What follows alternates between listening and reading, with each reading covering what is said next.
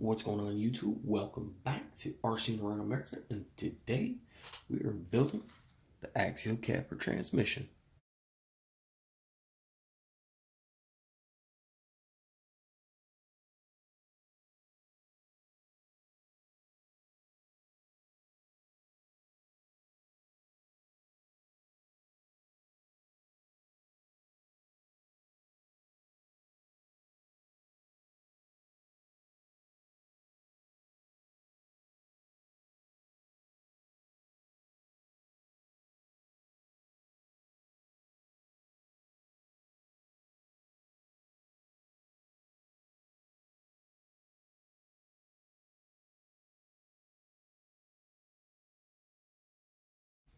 And as you can see by the parts laid out and everything, I kind of actually took a couple steps ahead and laid everything out as it goes via the book.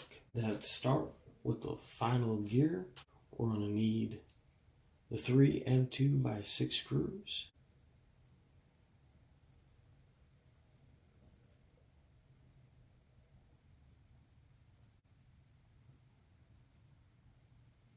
I'll put the screw through the front out drive through the gear.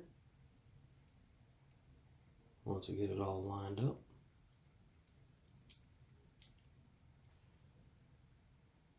and into the back.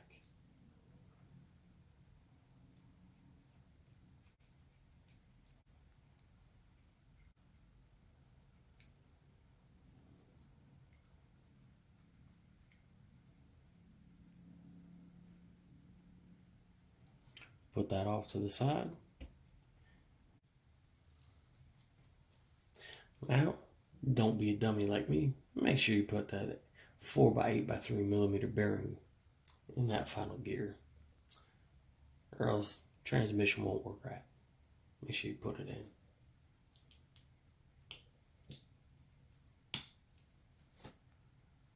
Now here's the first mistake I found on the instructions.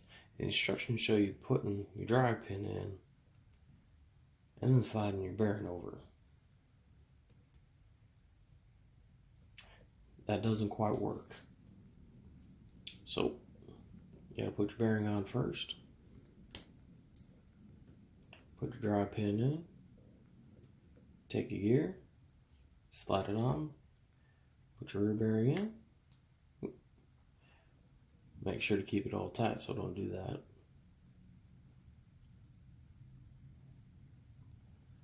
There we go. Now, take that final drive gear, put the bearings on it.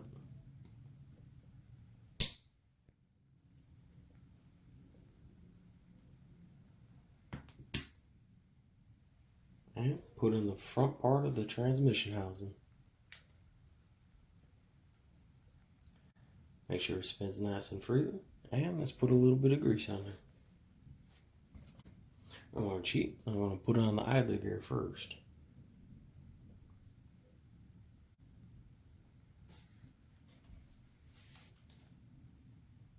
Push it through.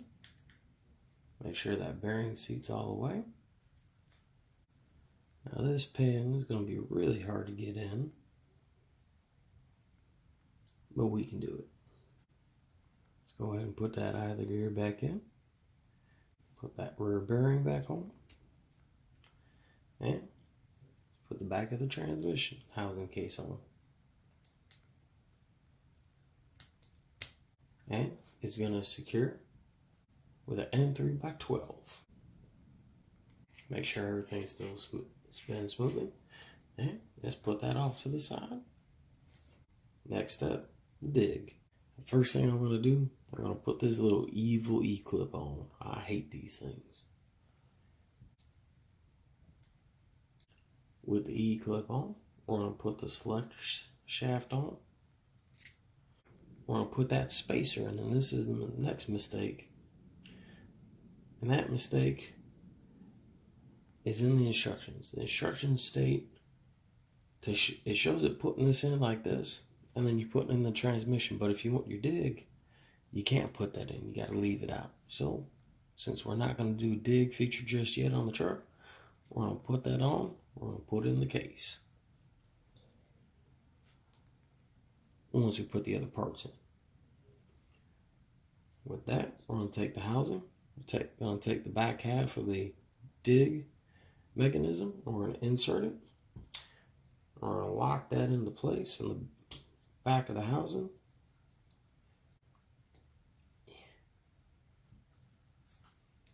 Once we get lined up with the screw holes.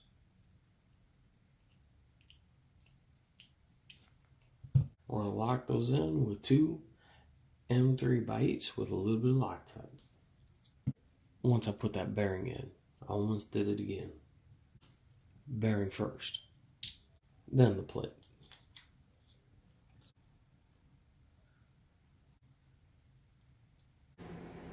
Put this selector fork on, and install the assembly into the housing.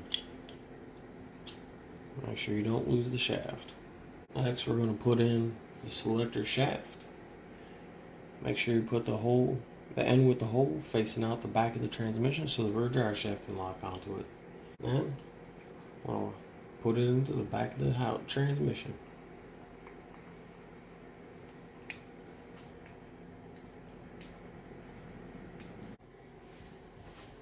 And as you just seen, another discrepancy. You gotta put the shift fork on, like such, and then put the E-clip on. Of course, this would have been easier if I did it right the first time, but if you have the new instruction manual, which unfortunately is only electronic as of right now, then you too would have made this same mistake. Going with the original instruction manual that comes with the truck. So now that we have this corrected, it should now all fit. So let's slide this back into the assembly housing, which fits a lot better. Put the selector shaft back in. And now marry up the 2 halves of the housing.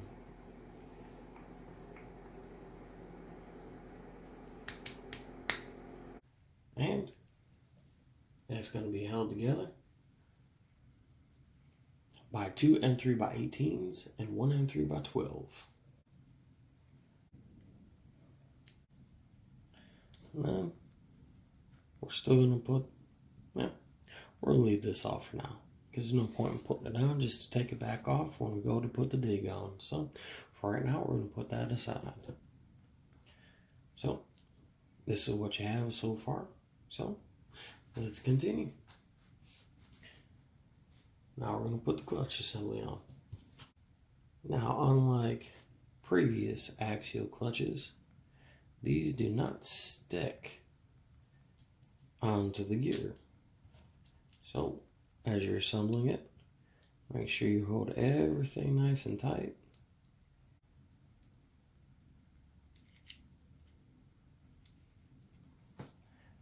There we go. There's one.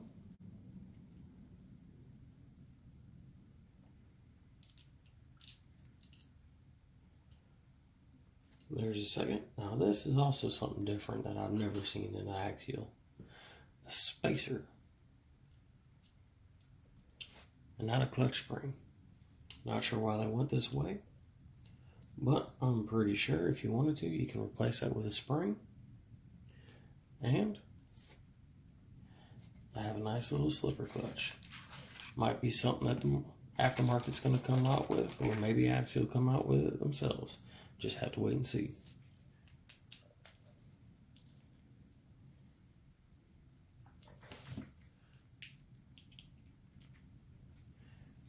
I want to keep the gears from spinning while you tighten down the nut. And let's put that other gear assembly together. Put the bearings in the gear first.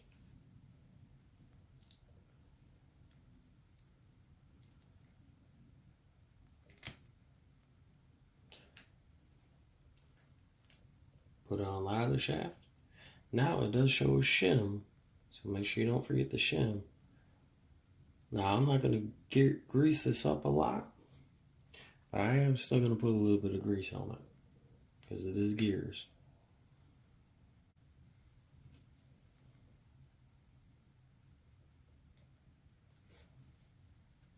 And then we're going to put half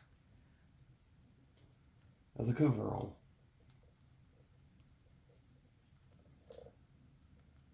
Make sure your either shaft lines up and it'll drop right on. And that's going to be held in place by one M3x12 and two M3x8s.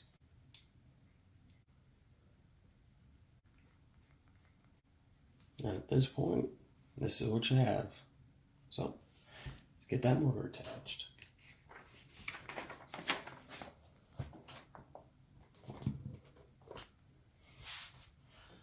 I am using my old Tekin T35 HD. It's a really good motor.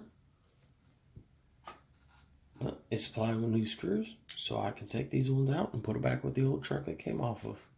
Now the truck does come with a 14-tooth pinion, but I'm going to be changing this when I go to do my the next upgraded version of this truck. So let's get that put on.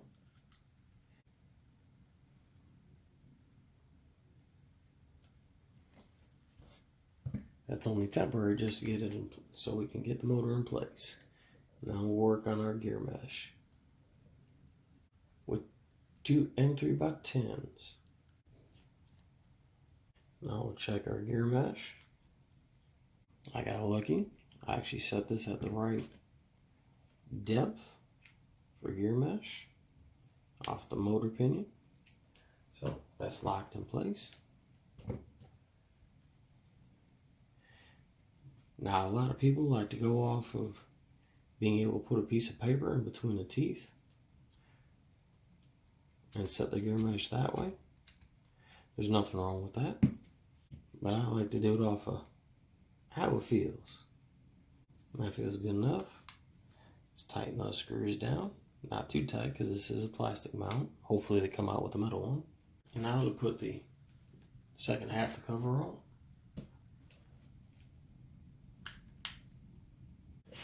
And that's going to be held in by two M3x8s. Now, let's grab that skid plate, bring it over.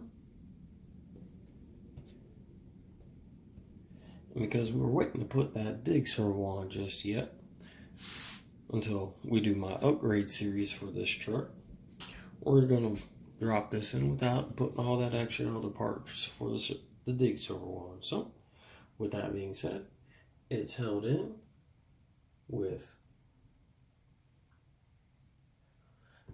3 M3x12s and 1 M3x8.